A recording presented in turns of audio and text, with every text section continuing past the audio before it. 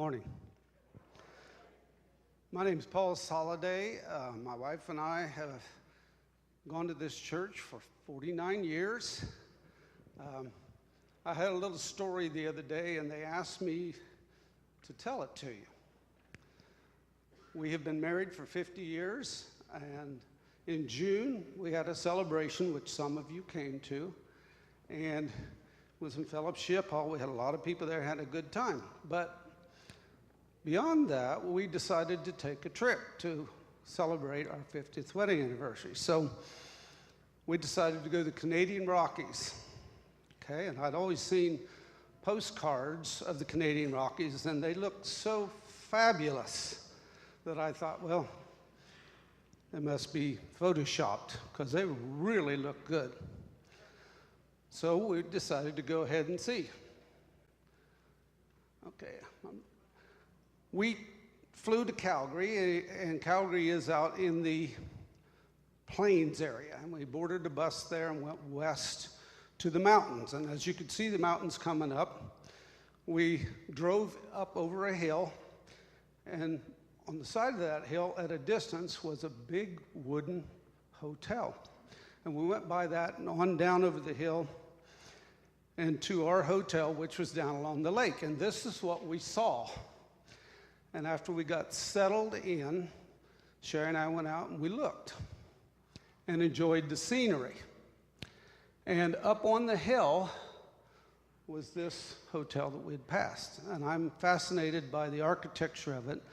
And I used my telephoto lens to get this picture so it looks like closer than we really are. So being the curious person that I am, had to go up there. So I walked a mile and a quarter up the hill to this hotel. And I came around to the other side. This is the front, and was really enjoying the scenery and amazed that all the woodwork was here. But I knew there must be some reason they put this hotel up on this hill. So walked around to the back side, to the next one. This is what I saw. And it was amazing.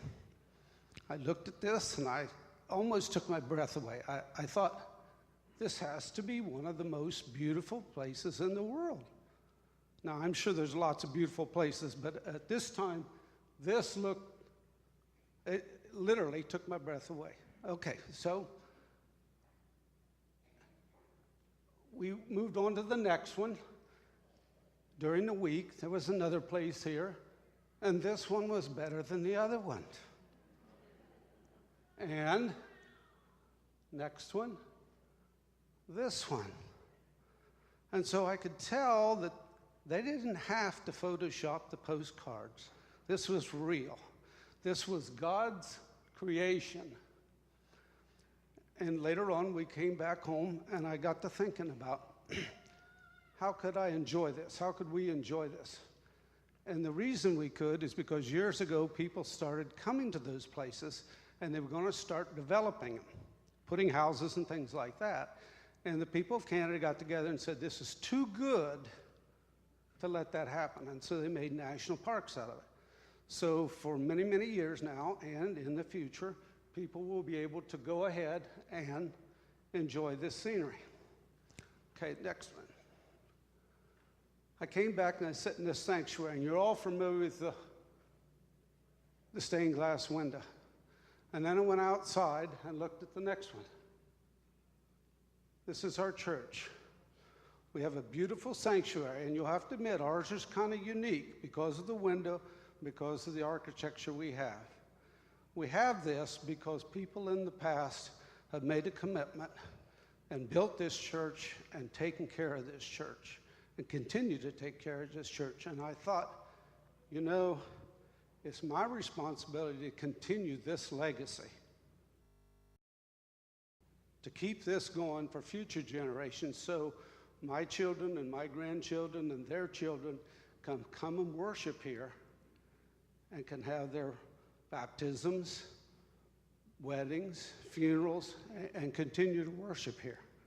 And so the committee, as you know, is trying to get commitments from everybody to continue this legacy, to keep this thing going. And we want to do this without creating a debt. And that's what we're trying to go through with this campaign now, is to each of us to make commitments to continue this so we have a beautiful place to worship. At the end of the service today, as you leave, you're going to get a magnet, and it's a magnet of a picture here of our church, and it's a reminder of us of what we have and the commitment we need to make to continue this legacy for future generations.